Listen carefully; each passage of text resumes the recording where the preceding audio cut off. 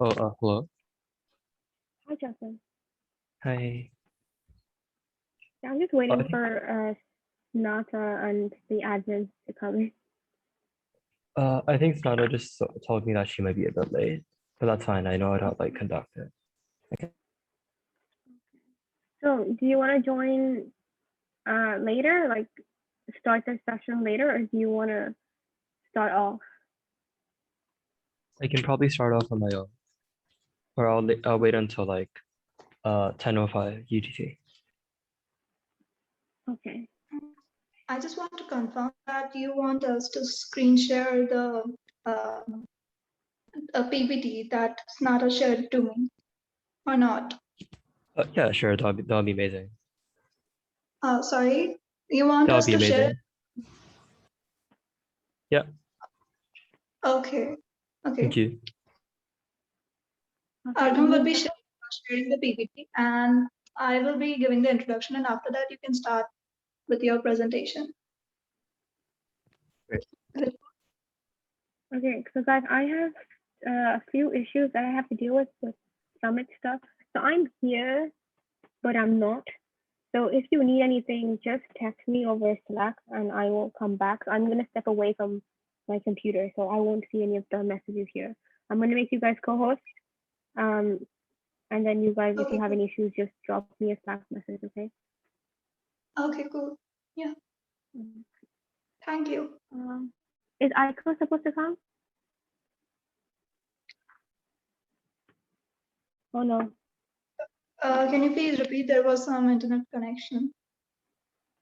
Who's the other admin? I don't know. Probably he will be joining as soon because I talked to him like just a minute ago on Slack. So I guess he would be joining. Got it. Give me the co-host so I can message the other participants. I'm gonna make the three of you co-hosts and then I'm gonna step away. 1 second. So currently we're waiting for people to come, right? Okay. Thank you. Yes. Yeah, the other admin is here. Okay. He will be Hi guys, how are you? Good. Pretty good. Also, let me know if the room closes. So text me the room closes because we'll be facing a few issues about that. Sunny, you have not made me the co-host. Okay. Sorry. I did. It's okay. So I'm stepping away. If you want anything, text me over Slack or I'll drop my message on. There's my number also in my bio if you want to text me over WhatsApp. Okay, good luck, Justin, by the way, for your session.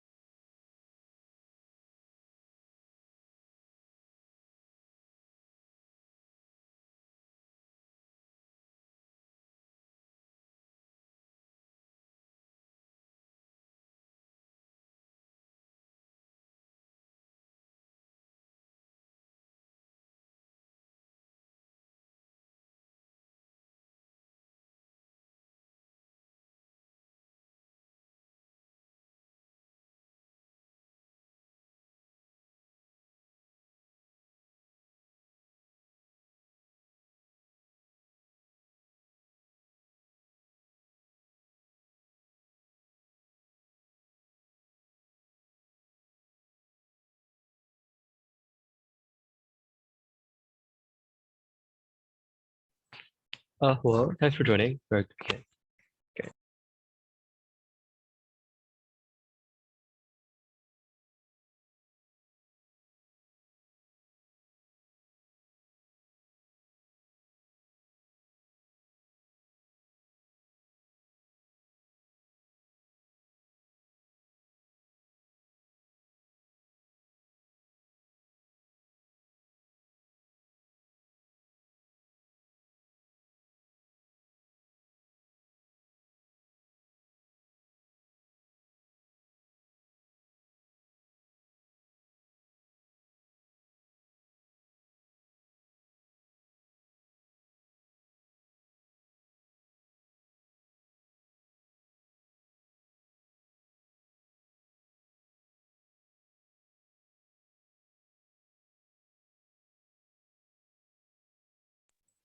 Hello, we're currently facing some technical difficulties. We'll start really soon. Sorry. Thanks for being here.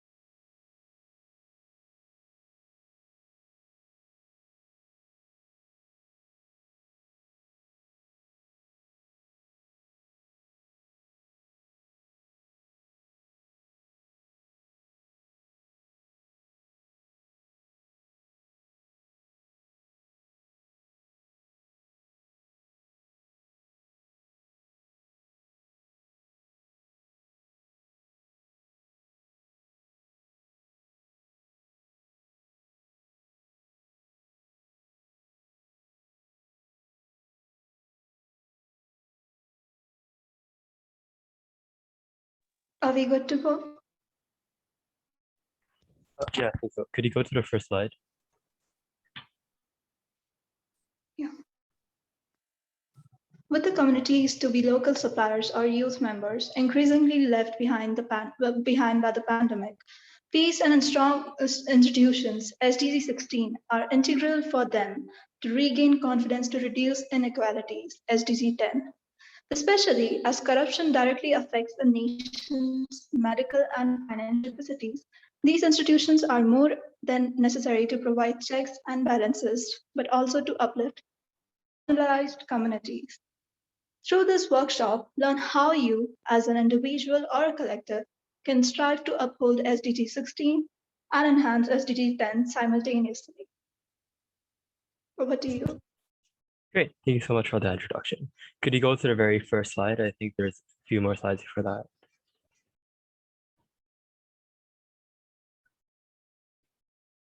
that. Great. Okay. Greetings, everyone. Thanks for coming to this workshop. My co-presenter is not here currently. She'll be here really soon. Ladies and gentlemen, the fact of the matter is inequalities are everywhere. Let's say 1 in 5 children in Hong Kong are living under the poverty line, the city where I am from. In 81 million people across Asia Pacific alone have been unemployed due to COVID-19.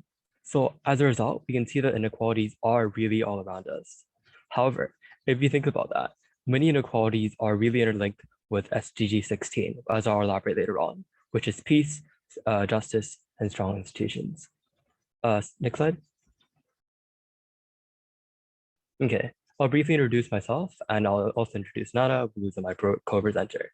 So who am I?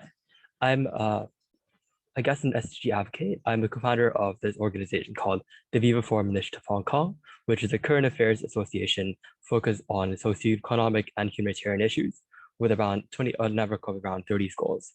And we're also a vice president of business development at the Illuminate Network, which is the Gen Z consultancy and community in Hong Kong that aims to spread around in the Asia Pacific. I'm also happy to be Unitar Asia Pacific Youth Ambassador. So I hope to just learn from you as well as at the same time as which I host this presentation. Snata, who isn't here, is a core member of the MUN Impact team. She's the Deputy Secretary General of the global team in South Asia. She also the head of press and outreach and also a strategic mentorship specialist and the MUN at Home program. Next slide. Let's go to a more interactive session now. So there's a QR code there. It's just please whip up your phone, try to scan the QR code there, and just think of what comes to your mind when you think of the terms, firstly, justice and peace, which is the first, which is SDG 16, and inequalities, which is more about SDG 10. Take your time, and I'll show the results really soon. Thank you.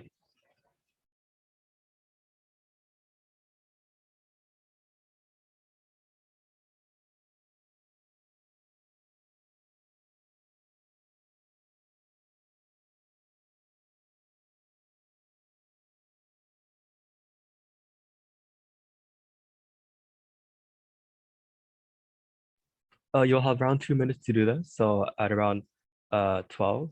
So in my time zone 6:12 or UTC time 10:12, I'll move on to the next session, and I'll share the answers to that.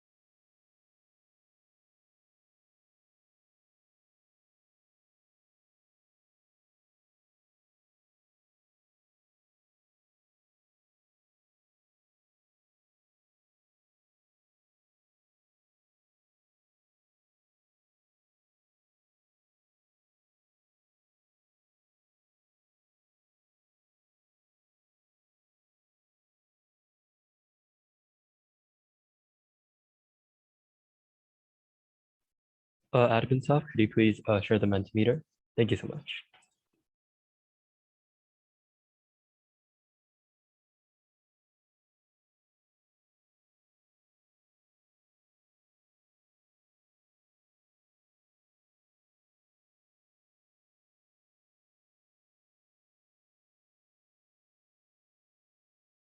Okay, let's first go for justice and peace.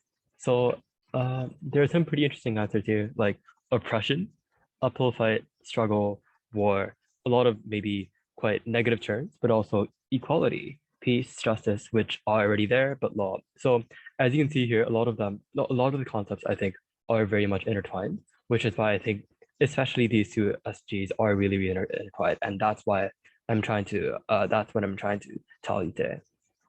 Okay, next slide. Could you go back to the PowerPoint? Thank you.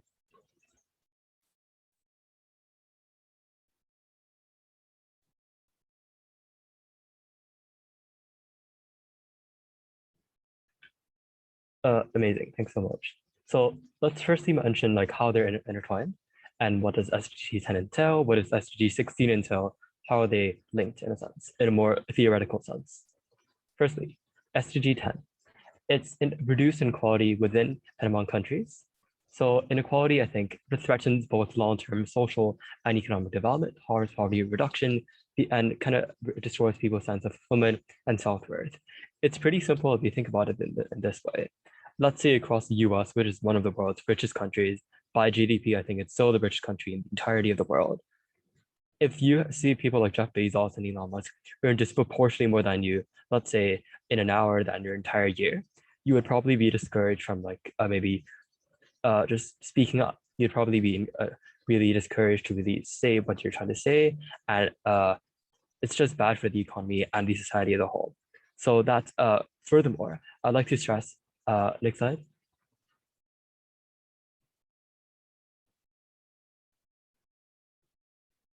Adam and staff, could you go to the next slide? Yeah, okay, thanks. I'd like to stress that although inequality itself might seem pretty easy to solve, quote unquote, in the realm of SDGs, I don't think it's really that easy at all. So while you might have learned that in your economics class that you can simply measure inequalities with like one standard, like the Gini coefficient, in the realm of SDGs, I think in reducing inequalities, SDG 10 is probably one of the hardest, one of the most nuanced, and one of the most comprehensive SDGs out there. Let's look at them. So firstly, reduce income inequalities. That might seem pretty straightforward, but also promote universal social, economic, and political inclusion. That in itself has a lot of different interpretations, whether like seeing from where you're from, your background, and culture and everything. Enhanced representation for developing countries itself is also quite important, and encourage development assistance and investment itself is also quite important and also quite hard to do. So it's pretty important to know that all of these factors are put under the same umbrella of SDG 10. But for today's workshop, I'll mainly be focusing on these four aspects because the rest aren't very correlated with SDG 16. Okay, next slide. Great, so here's what we copy and paste, and it has a really big overview of what inequalities look like. For instance, yeah, so in a sense that it's also quite correlated with other SDGs that I won't be going to much detail today because of time constraints. For instance, let's say those with disabilities, 3 in 10 personally experience discrimination, which is obviously very bad and detrimental for political and social inclusion, which I mentioned before is a core metric of SDG 10. Other people like migrants and refugees might also face opportunities like barriers in reaching those opportunities and discrimination, which is incredibly bad. And as stated in the right, 1 in 5 people reported being discriminated on a ground that's prohibited by international human rights law. So that's a really quick primer for what reduced inequalities means in the context of SDG 10. Next slide.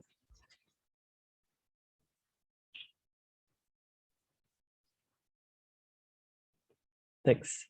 Okay, let's quickly go to SDG 16. So as you might already know, SDG 16 means to promote peaceful and inclusive society for sustainable development, which is also quite broad, but also to build effective, accountable, and inclusive institutions at all levels. So before I go on much further, I'd like to just say that neither me as Snata are probably like very experts in this, but we just think that we might, through our years of experience in MUN and like a lot of forms of discourse, we may be able to offer some insights as to how, firstly, these two are interrelated, and secondly, how you as an individual or a collective could try to advance one by advancing the other one, and because they're so interlinked. Next slide. Okay, what does SDG 16 entail? So peace, as defined by the United Nations, is firstly the lack of conflict, and secondly, the absence of violence between heterogeneous social groups. So as you already see that social groups, that's another link between that and reduce inequalities, which one of the metrics is to promote universal social inclusion. Justice, on the other hand, refers to two things. Firstly, giving people the right of what they have the right to, which is inherently quite broad as well. But secondly, the organization of human beings to ensure that these judges, ministries of justice and tribunals themselves are, so people can actually access them. So core metrics I'd like to focus here are, for instance, promote and enforce non-discriminatory laws and policies, which you might already be able to form a connection with SDG 10, because again, universal political inclusion. If you don't have this anti-discriminatory laws, many of these, you might not be able to reach inclusion on a very like comprehensive way. Also, target 16.2, protect children from abuse, exploitation, and violence. Okay, next slide. A few things that we want to hone in on are as follows. Firstly, humanitarian toll. That the UNHCR, apologies, actually saw that the number of people fleeing war, persecution, and conflict in 2018 exceeded 70 million. So obviously, while the world improves, we still think that war, persecution, and conflict are obviously incredibly bad and incredibly detrimental to the progression of SDG 16. So that's something that is really regrettable despite the many developments as a collective. Secondly, corruption and bribery. In developing countries, especially those in, say, sub-Saharan Africa, or maybe those in South Asia, many corruption, bribery, theft, and tax evasion cost around $1 trillion US, which could be, many of this could be used to lift poverty, to reduce inequalities, and as I said before, to promote universal political and social inclusion. So that's another core aspect of what we think SDG 16 in this context might entail. Next slide.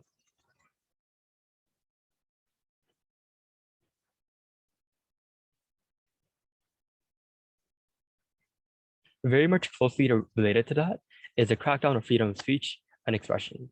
In 2019 alone, the UN tracked 557 killings and 30 enforced disappearance of human rights defenders in 47 countries. So this is pretty alarming. And if you think about it, it's really easily linked back to maybe say corruption and bribery. Without effective checks and balances against the government, against maybe possible instance of corruption, even in states like the UK, which I'll elaborate later on, many of the issues that might cause inequalities might not even see the light of day. Fourthly, the lack of birth identification. So around the births of 1 in 4 children under age 5 worldwide are never really recorded. This means that many of them don't have actual rights like that are entailed by the law. Many of them might fear going to the courts and really getting the recourse that they deserve.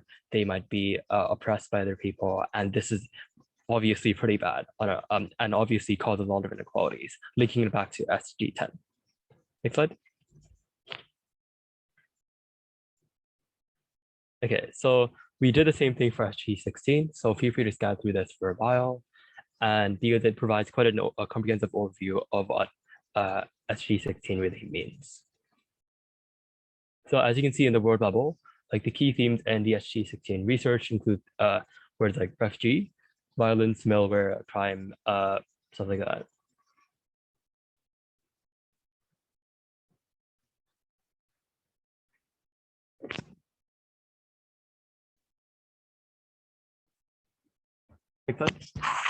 Okay, so this is something that is supposed to be mentioned by Snata, but I'll also quickly mention it. So the SDG link. So what does this really mean? So with SDG 16, governments are trying to commit to achieving peace, justice, and inclusion. So they're often really critical enablers to achieving other SDGs. So without that, many things like gender equality, like climate action, there won't be an effective climate action policy. There might not be a way to build sustainable cities and communities, SDG 11, as well as to end poverty, which is SDG 1. Because ultimately, if governments themselves are not accountable, themselves are not transparent, firstly, people would not know, but secondly, it's very hard to keep a check on what the government is doing, which is inherently quite bad if you think about that. So without really going into depth of other SDGs, which isn't the focus of today's session, I'd just like to emphasize that, as stated here, the path to resilient cities must address things like social, economic, and environmental challenges, and thus many of these SDGs are inherently very, very much intertwined and very linked to each other. Next slide. Okay, let's try to put these two concepts side by side and see how they intertwine with each other. So firstly, it's really easy to think if there's corruption, there's probably less capital flowing into that country, especially if it's like a developing country.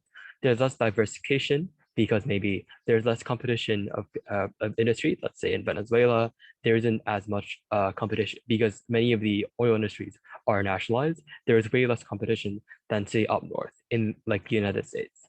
This also discourages foreign investment, meaning that it's more of a vicious cycle of you being anti-competitive, you not really diversifying your economy, and thus having less capital and less having less rainy day funds. It's pretty easy to link these with SDG 10, which firstly, without much money, you don't have the money to support representation in financial institutions. It's very hard for you to promote inclusion, let's say by anti-discriminatory policies and other laws and legislations that are crucial to achieving this. And maybe the most straightforward is that simply because there's less investment, you probably don't have as much developmental assistance and investment as well, because it might not be seen as a viable investment if the government is seen and is portrayed as corrupt. Next slide.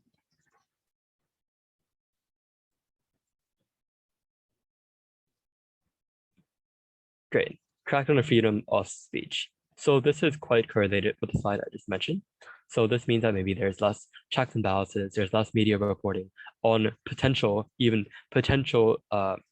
issues of abuse, right? So many people might even choose to leave. let's say in Venezuela, as an obvious example, because there's a mass crackdown on freedom of speech, there's a lot of refugees fleeing to Colombia. So if you think about that, many of these could be linked back and correlated to, say, universal social, economic, and political inclusion, because they themselves, firstly, might not have the rights to do so, but secondly, many of these issues might, as I said before, might not even see the light of day. Next slide. Okay, this is a bit harder to link back, but lack of birth identification itself is also a key enabler of inequalities and a key mitigating factor in when you try to reduce inequalities, which is SDG 10.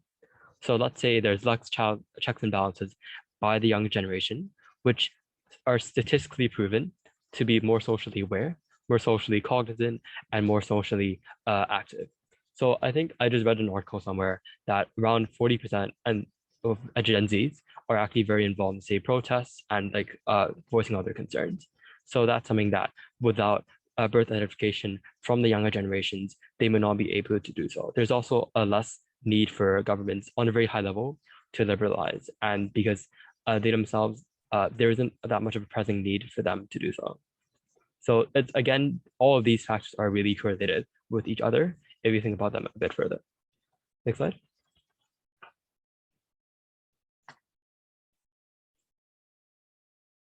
Okay, so ultimately, I said we probably won't link it to that many SDGs, but I really want to stress on the importance of SDG 4. So a very, very high level overview of this would probably be, firstly, lack of education. So education could be interpreted in many different ways, but an obvious, pretty effective way of education here maybe is to say, to develop an inquiry-based education system. That is to say, to maybe analyze situations like how your government is treating you in a more critical manner. So this means that if that is developed quite well, checks and balances against the government seen in more democratic societies would probably be better.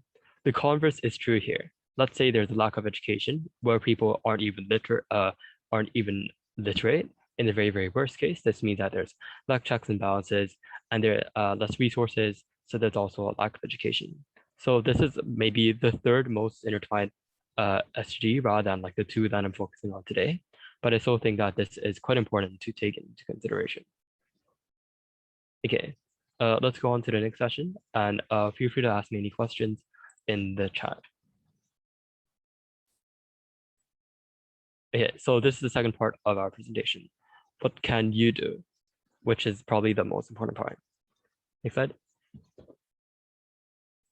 This is quite on a high level, but I think we came up with maybe 4 sort of ways you can try to do so as an individual or a collective.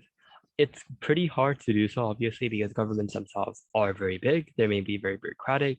It really depends on which government you're trying to specify on to do so. But I think, firstly, it's the simple facts that you need to be aware and cognizant and just know what's happening around you. So what should you be aware about? Maybe say, firstly, local developments, maybe say crackdowns of freedom of speech, and like maybe protests around the world, like Hungary, like Poland, like Myanmar. There's unfortunately quite a lot of protests around the world. So if you're living in one of these countries or a neighboring country, it's more important for you to know that these things are happening. So these things are a thing, basically. Next slide. So a key example I want to raise here is the UK COVID response. So if you don't know, the United Kingdom's COVID response has been pretty okay. So their vaccination rate is pretty high. But however, as seen in this Guardian article, to the right, 1/5 of these UK COVID contracts could, quote unquote, raise red flags for possible corruption.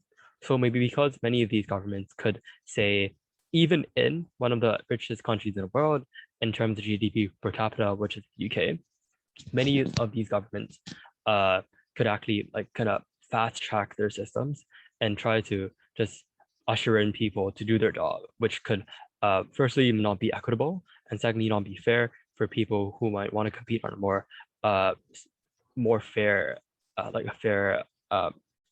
like competition rate. So this means that you should at least know these things are happening, and what you can do from that is probably report to first maybe trusted NGOs like Transparency International UK, which, as the name implies, tries to raise transparency across institutions, just tries to raise awareness of what's happening around you.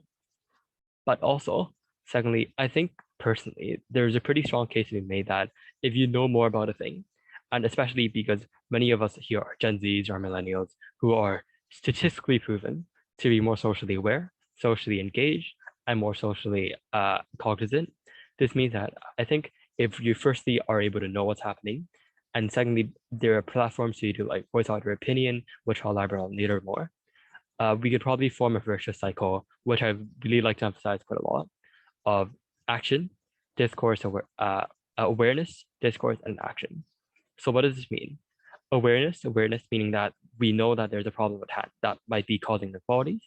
Discourse, that something is bad and you should like come up with solutions and come up with discussions as to how to try to mitigate them.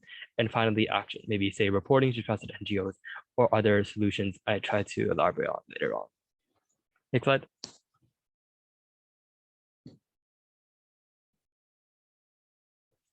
Okay, so what to be aware about?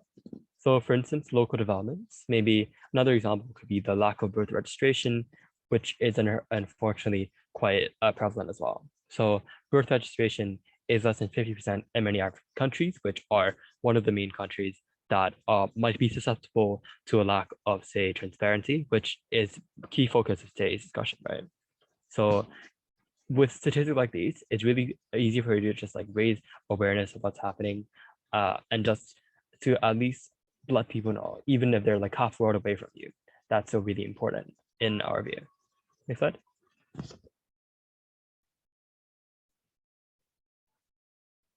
Okay, so apart from that, I think that it's also really important to know similar situations across the world, which might be pretty similar in the sense that maybe firstly, there's a lack of accountability. Secondly, there's a lack of overall awareness. And thirdly, they might weaponize like the COVID-19 urgency narrative that we need to get stuff done. That, as in the UK COVID example, that we really need to vaccinate the entire population, which might possibly cause cases of corruption and even like embezzlement and stuff like that. So it's really important to do so, to try to like connect the dots around you and know what's happening. Next slide. To further develop on this point, I think there are a few things you can talk about what you can do.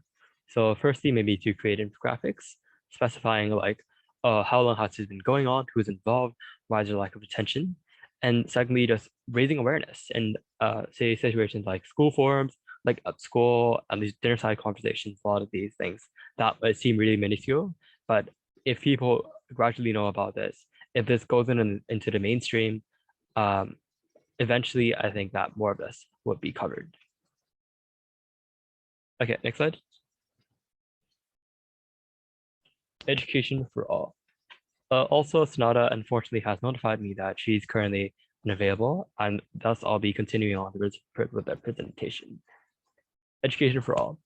It obviously plays a very important role in reducing inequalities, as it just said, because it tries to promote peaceful and inclusive societies in the sense that maybe firstly, people don't want to deviate and go to, say, vigilante justice, which is something that obviously is quite commonplace, unfortunately. But secondly, also allows people to use more critical lenses to evaluate the situation at hand. So a few organizations that are involved in ensuring quality education that you probably already know include things like UNITAR, the United Nations Institute for Training and Research, UNESCO, which you probably already know if you've done a lot of MUNs, which I'm sure a lot of people here have already done, seeing that it is run by MUN Impact, UNICEF, Plan International, and Childhood Education. A lot of these are quite correlated with trying to ensure quality education. So what are the tools to try to promote this? Firstly, MUNs. I'm pretty happy to say this at MUN Impact, which is probably the largest MUN related conference in the entire world.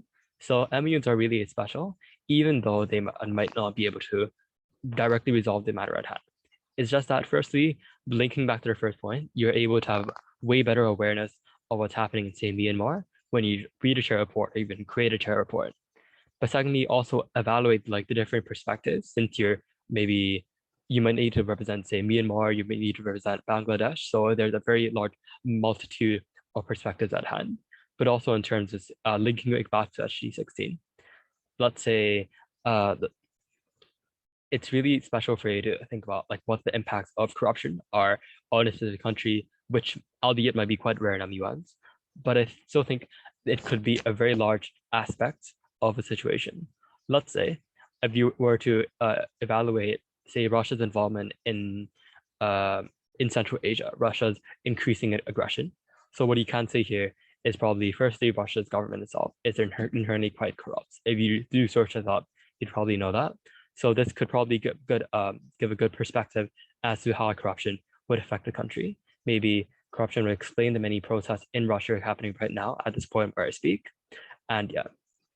So another tool to promote this, probably say local events or community, fundraiser to educate the underprivileged, which I do think are sort of correlated with SDG 16, despite the fact that they might be quite long term. They might be quite crucial in, say, tackling, let's say, political inclusion, which is a core component, as I emphasized through my entire session, of trying to enhance inequalities, and to reduce inequalities, and to make society a better place in general. So education for all in the many different aspects, let's say participating in MUNs, trying to write proposals to governments, everything like that, trying to host local governments, fundraisers, everything themselves might also be a key component as to tackle inequalities. Third slide. Voting. Okay, let's quickly mention what voting means and why I think firstly this is quite important. So let's say, why is it really so important? In a very general sense, voting tries to represent your personal beliefs. It tries to give you an avenue for you to reflect back to society. This is really aligned with awareness and action, which is the first point, hopefully you still remember. So with voting, I think rather than just voting with your intuition, if you're in a country that has maybe voting mechanisms and has these institutions, what you can do is maybe dig into what your politicians and what your elected representatives who are running for office have done before. Let's say their voting record, their personality, their history, and way more. So yeah, while I'd like to further elaborate on this a bit more. So while it's not specifically included, I'd like to say that voter suppression is a problem in many parts of countries. Let's see, politicians try to win the election by making it harder for certain populations and demographics to vote. This is obviously very crucial for, say, inequalities, because if people aren't able to have the representation that they ought to have, this means that they really don't have a very virtuous cycle of maybe these issues being heard and tackled consequently by governments. So yeah, so that's just really important in a sense. But also, I'd also like to elaborate on the fact that even though people might think that your vote doesn't really matter, it really does. The classic example of this is the 2000 election, which is probably when many of us weren't even born. But Al Gore narrowly lost the Electoral College to George Bush, who was obviously the US president. So this came down to a very, very narrow recount in Florida, of which Bush won the popular vote on a small margin, like around 500 voters. That was so small that it had to be recounted over and over again. So the actual result of the Electoral College had to be determined like 20 days, if I'm not mistaken, after the actual thing. So this means that a lot of the times, especially because many politicians could be running on like similar platforms and stuff like that, many of these votes might be really close and might be more close than anything. That's why, even though you might think that it's quote unquote a waste of time, I think it's more of a civic responsibility for us as citizens, maybe as democratic societies, to try to do so and try to voice your opinion. Next slide. Okay, so this is a tool that we found a while ago that, even though it only applies to the UK, hopefully there will be similar tools that applies to people around the world. So let's say there's this website called The Work For You that if you just key in your postcode would allow you to see if you're elected representative, like your mayor, like your representative, if they actually do represent you, let's say in terms of their history, their policy, their comments and everything, which I highlighted before. So I really don't know much around the world about this. I'm really not an expert on this. I caveated this before, but hopefully this would kind of inspire you to do so and just to search up, hey, let's say democratic institutions in your country, and yeah, a lot of that. Last slide, next slide. Okay, lastly, let's mention standing up for minorities. Why in the first place?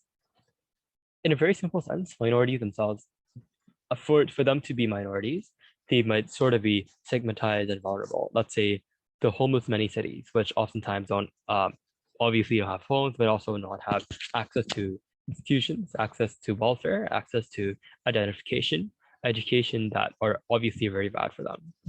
They furthermore, they might also include, say, racial minorities, which might receive differential treatment, which is obviously, if you think about it, quite bad and quite bad for the entirety of like inequalities. Next slide. So to try to stand up for minorities, we think there are several ways for you to do so. This might seem really minuscule, but firstly, just volunteering. Volunteering just allows you to understand, firstly, their history, secondly, why they're currently there, thirdly, what they suffer from, and fourthly, how to help them. Let's say in Brazil, let's talk about Brazil. So as you might probably know, in the favelas in Rio, there are many people who are very poor, very marginalized. So by volunteering, let's say you're in Brazil, or maybe you're a part of like another country who might want to go on a volunteering expedition after the entire COVID pandemic goes away. This allows you to understand the fact that maybe the Brazilian government has been trying to brush these issues away. They're not really caring about these issues.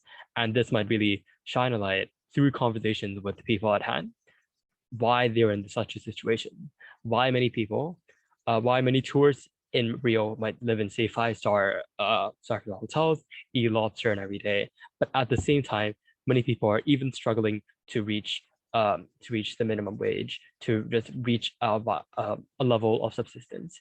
I think personally that's pretty important, and I think volunteering is a very good way for you to know more about that and just to be more involved as a global citizen.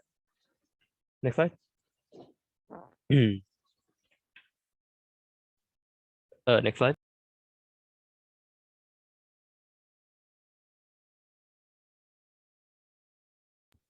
Donating. So this is firstly quite intertwined with what I said before. So volunteering could probably give you more of a reason to donate if you've really seen what's happening around you. But yeah, so I'd like to caveat this by saying that, as you probably already know, try to donate to, say, more veritable charities to understand why they're more there. Because oftentimes many charities might have a more shady past, and this might mean that much of the capital they raise might not really go to the marginalized communities you're trying to uplift and trying to reduce inequalities. Next slide.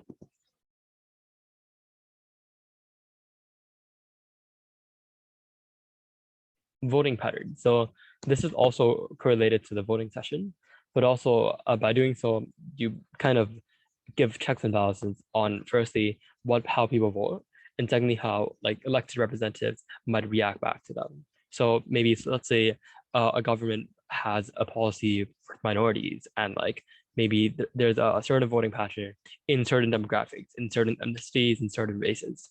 So by standing up for minorities, a way for you to do this is pretty simply going back to what I said about voting, just checking out which representative did what, just making sure that their policies aren't unattended, to make sure that there is some sort of scrutiny on what they do.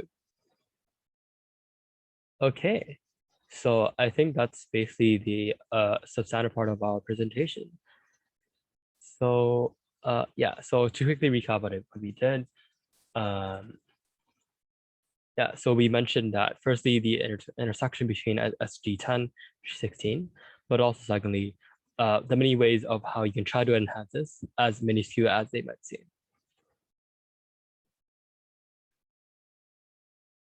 Okay, give me a second, because I think I'm trying to find a good link, but I think the answers are also here.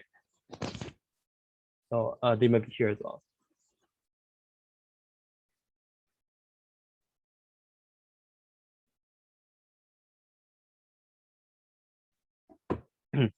Okay, unfortunately, I don't think the Kahoot is currently active, so we'll have to stick to this, but the answers are still here. So under which of the following SDGs does reducing inequalities come under? Okay, as already shown on the screen, it's SDG 10. I won't ask you to type it out in the chat because it might be seen as a bit awkward, but just try to internalize this, try to recap what we covered today. That'll be amazing.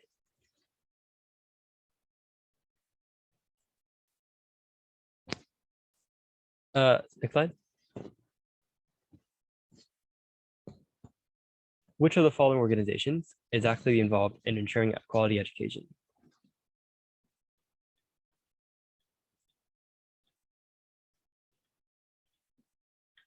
Okay, so we currently don't have that, but I think wait, a few organizations I'll just list are, say, A, UNSC, B, UNESCO, C, let's say, B, trusteeship committee, and D, the General Assembly.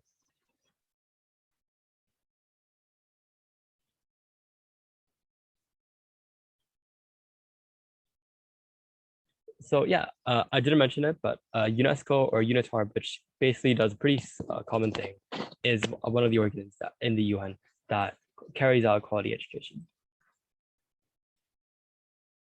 Okay, third one. Which of the following does SDG 16 entail?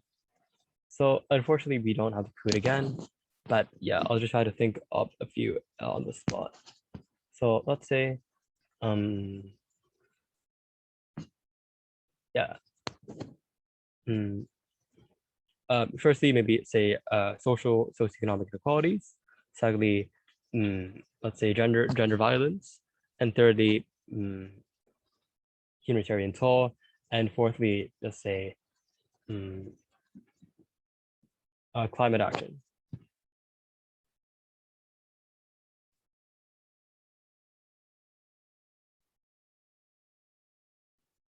Feel free to type your answers in the chat box. Yeah, if you want to, that'd be amazing as well.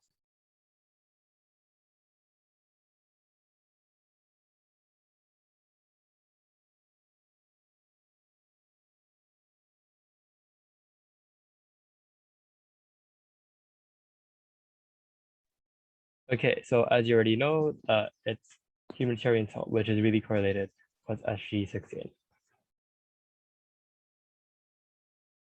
Okay, next slide. Which of the following locations represents the largest portfolios on SDG 10 research? SDG 10, going back to what we said before, is reduced inequalities. Let's say countries like A, China, B, Ghana, C, Canada, and D, Brazil. You'll have a while to think about that.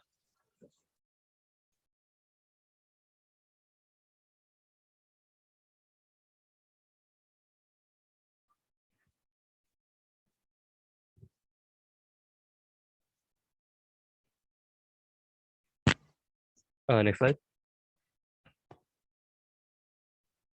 It's actually Ghana.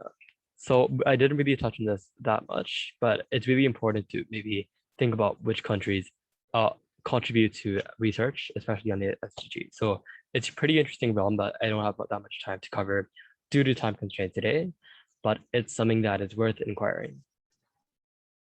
Great, last question. Which of the following is a sustainable method for you to take a step in support of reducing inequalities and justice, peace, and strong institutions? So it's essentially a big recap of the 4 examples we raised today, like the 4 ways you can try to reduce inequalities and also to support SDG 16 at the same time.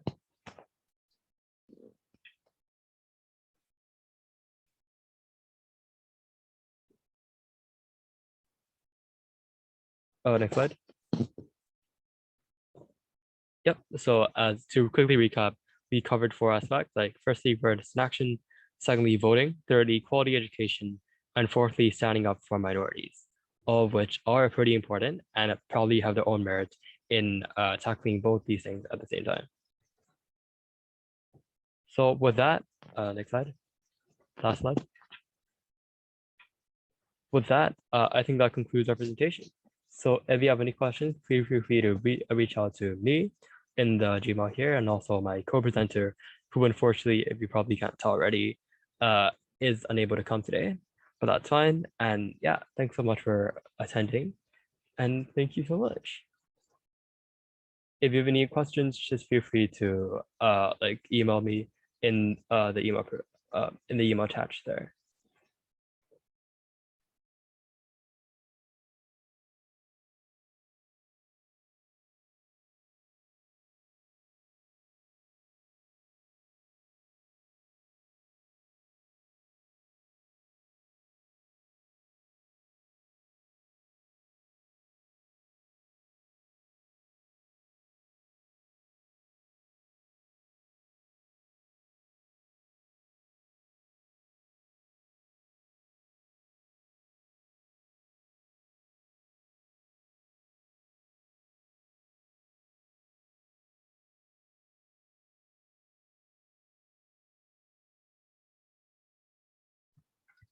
Participants, can you please turn on your videos so that we can take a screenshot of the seminar of the workshop for a record?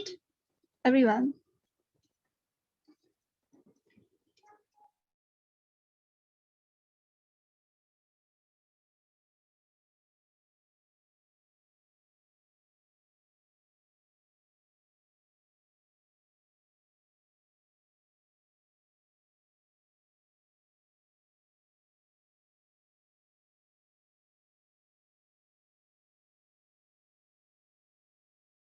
We would appreciate if you turn on your videos because it will help us record the workshop. Thank you.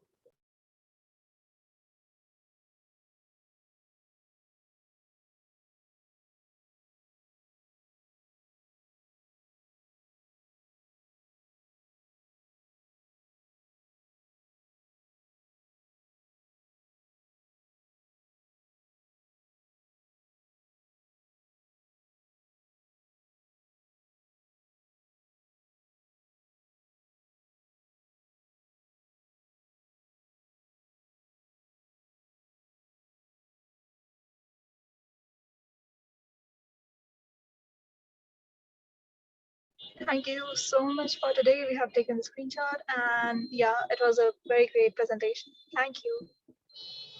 Thank you for attending.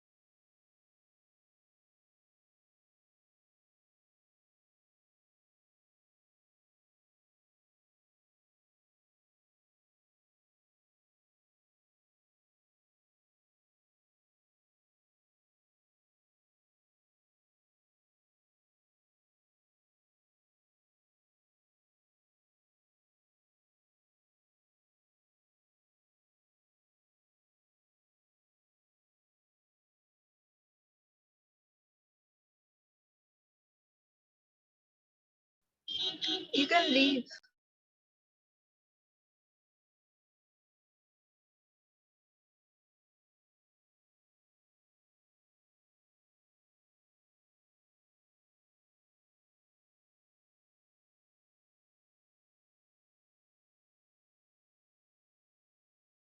Participants, if you have any questions, you can stay and ask us. Otherwise, you can free to leave.